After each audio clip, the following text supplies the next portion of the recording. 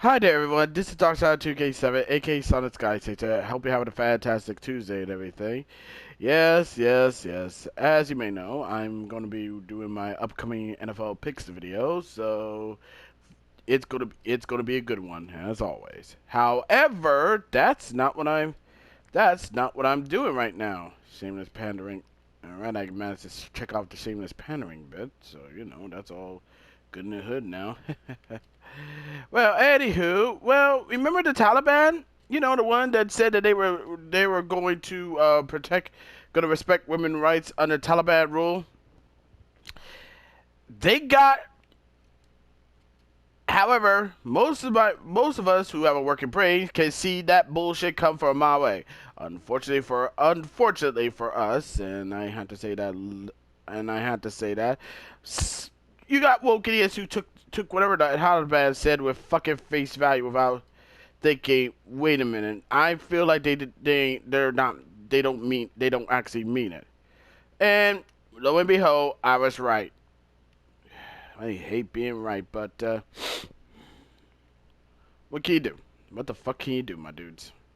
Anywho, in what could be described in what could be filed under, who saw this coming? Like, really, who really see this coming? From the new appointed Taliban chancellor has now decided to do something that severely take a massive blow to women's rights, banning women from the Kabul University. I'm reading this from Access, so let me read this for you. New Taliban appointed chancellor bans women from Kabul University. The Taliban appointed new chancellor of Kabul University announced Monday, which was yesterday, that women are now barred from teaching or studying at the institution. Why does it matter? It's the largest encroachment on women's rights in Afghanistan since the Taliban seized power last month. Despite the interim all-male government's assurance that it will be inclusive than when it last ruled in 1996 to 2001.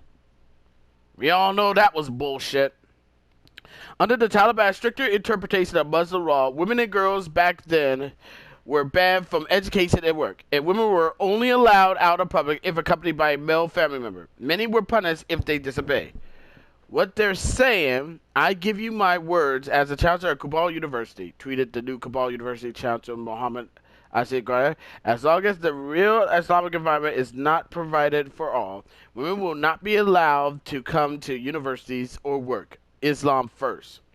The big picture. The new government announced earlier this month that female students in Afghanistan can study at universities, but classes must be segregated and head coverings are mandatory. The Taliban has replaced the Women's Affairs Ministry with the Ministry of Prayer and Guidance and the Promotion of Virtue and Prevention of Vice. Yeah. It was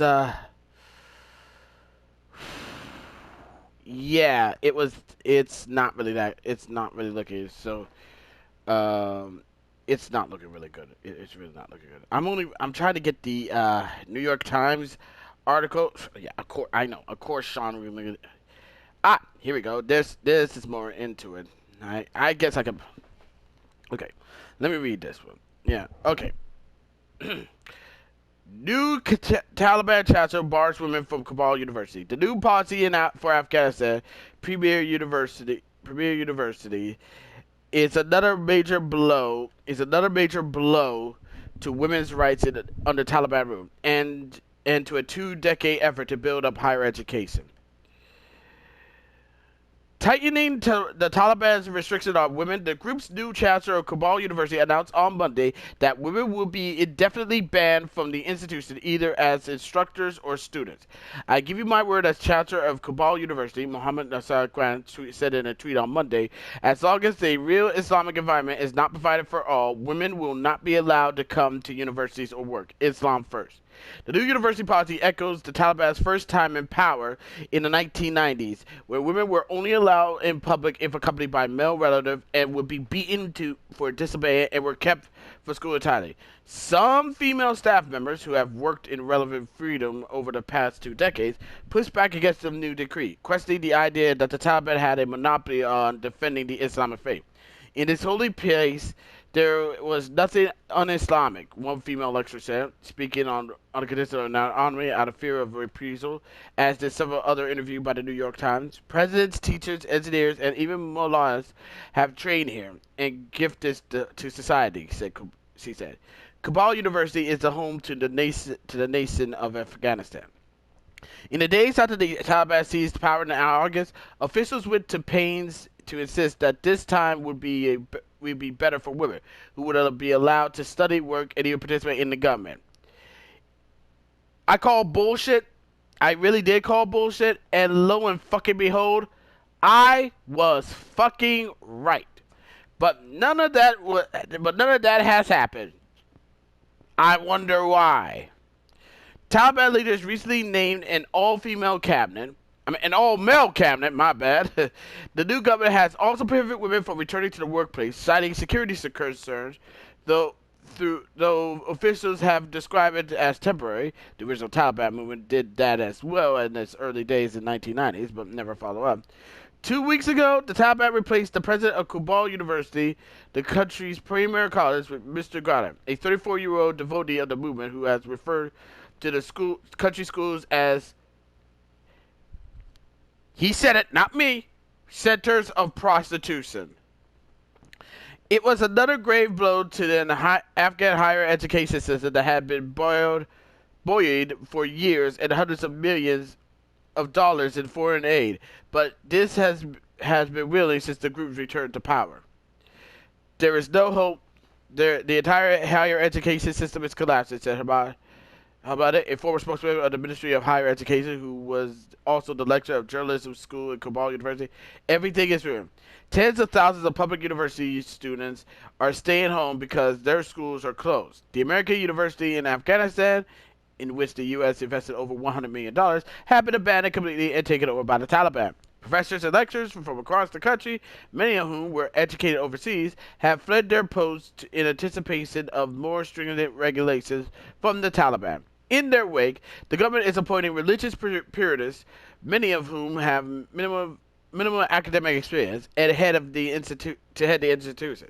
In a symbolic act of resistance, the Teachers Union of Afghanistan sent a letter last week to the government demanding that it rescind Mr. Ghani's appointment. The young chancellor was also criticized on social media for his lack of academic experience. Reaching by the Times, some of his classmates described him as an isolated student with extremist views who had problems with female classmates and lecturers. I haven't even started a job yet, Mr. Ghani said, rejecting concerns about his appointment in an interview with the Times. How do they know I am qualified or not? Let time be the judge, he said, adding that his 15 years working on cultural affairs for the Taliban made him a perfect candidate for the job. The Taliban's chief spokesman, Zabullah Mujahid, tried to soften Mr. Ghani's announcement that women would not return to Kabul University, telling the Times it might be his own personal view, but he would not give any assurance as to when the ban on women would be rescinded, saying that until the Taliban were working to diverse a safer transportation system environment where female students are protected, that ain't gonna happen. That ain't gonna happen. While some women have returned to class at private universities, the country's public universities remain closed. Even if they remote it appears that women will be required to attend segregated classes. Yes, segregation. Something that the idiot motherfuckers over here want to bring that back, because that worked so well back in the good old days. It didn't. It really didn't.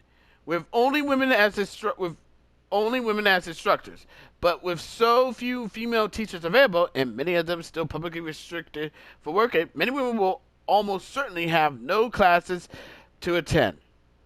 During the country's civil war in the early 1990s, universities remained mostly closed when the Taliban took power. In 1996, they brought they brought the Civil War mostly to an end, but did little to revive their higher education status. Women and girls were prohibited from attending schools together.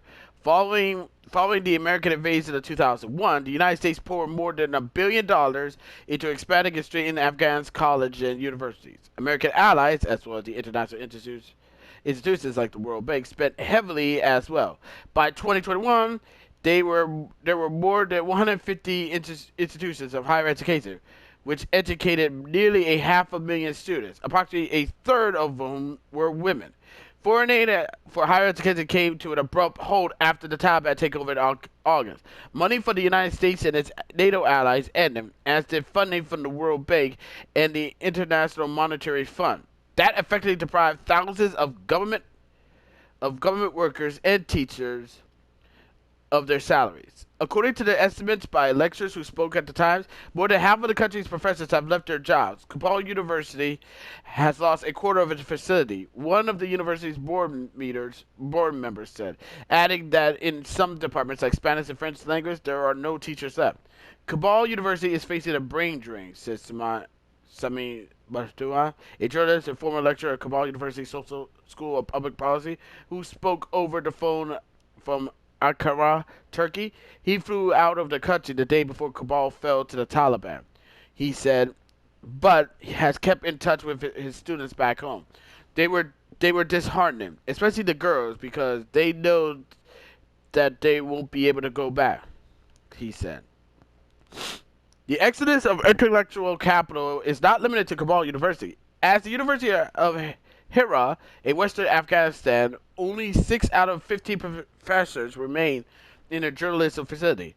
3 who fled are hoping to enter the United States from other countries, and 6 of the absent lecturers were studying abroad before the Taliban returned to power and said that they won't return. Similar concerns have been reported by Balagh University in northern Afghanistan as well. Taliban replaced school leadership at all those institutions. Hundreds of professors or students are still trying to get out of Afghanistan. Many of them have contracted for organizations they were associated with in the past and pleading for sponsors so they could be evacuated. In Washington, a senior State Department official signaled increasing irritation with the Taliban on Monday over concerns that people who have been deemed a higher threat of retaliation, including women who have partnered with American officials or training programs, have not been allowed to travel freely or leave the country. The officials said that included about 100 American citizens and legal U.S. residents who have indicated they wanted to leave and are waiting for Kabul for a flight out. The trauma facing Afghanistan students is incapacitated in the experience of a 22-year-old Kabul University student who spoke to the Times last week.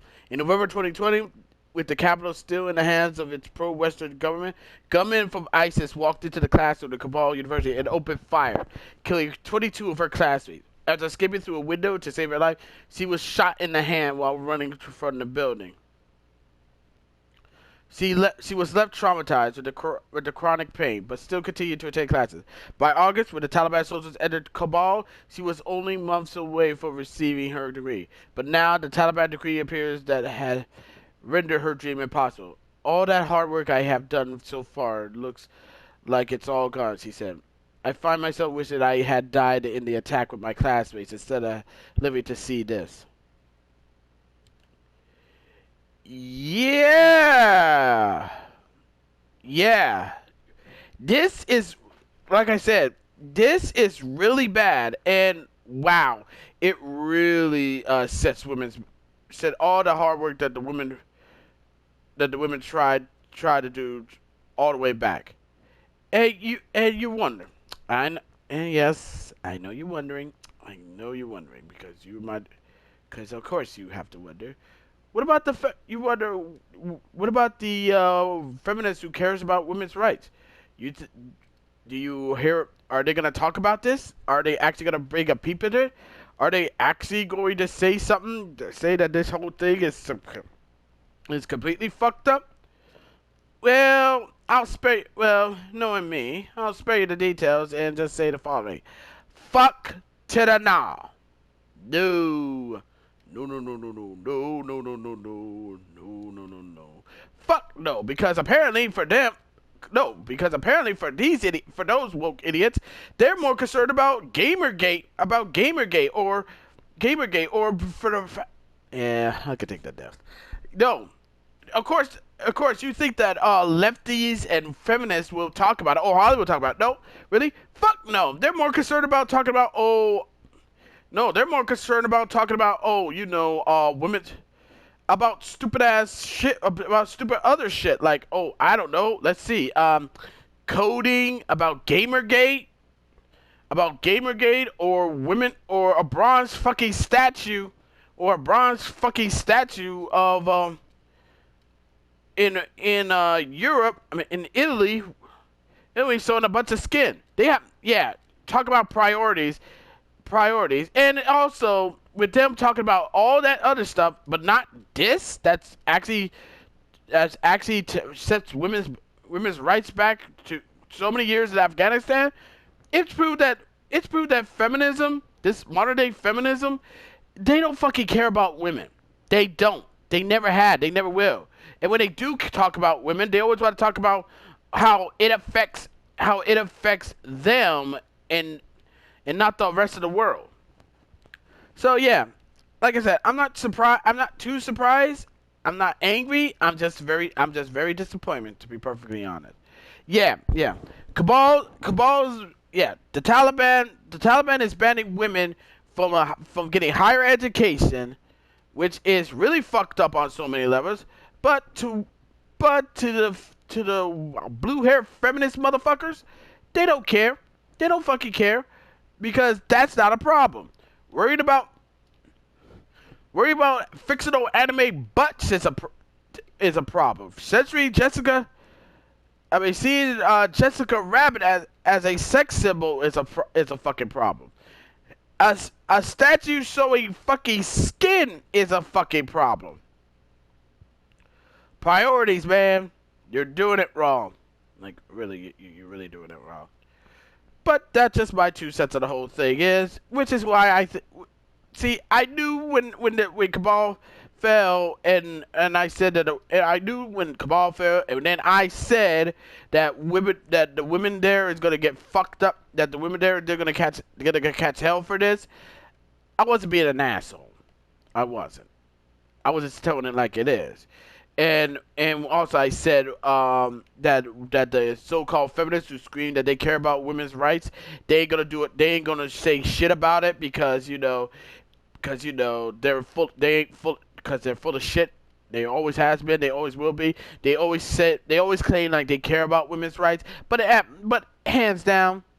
But on the real though, all they care about it.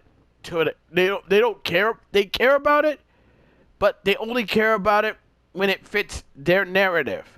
But if you have like a situation like this that's happening in Afghanistan, it doesn't apply to them. It doesn't. It really doesn't, because to them it's like, because to them that requires them to put up or shut up. And lo and behold, I was right. Like I said, I hate being right, but it is what it is.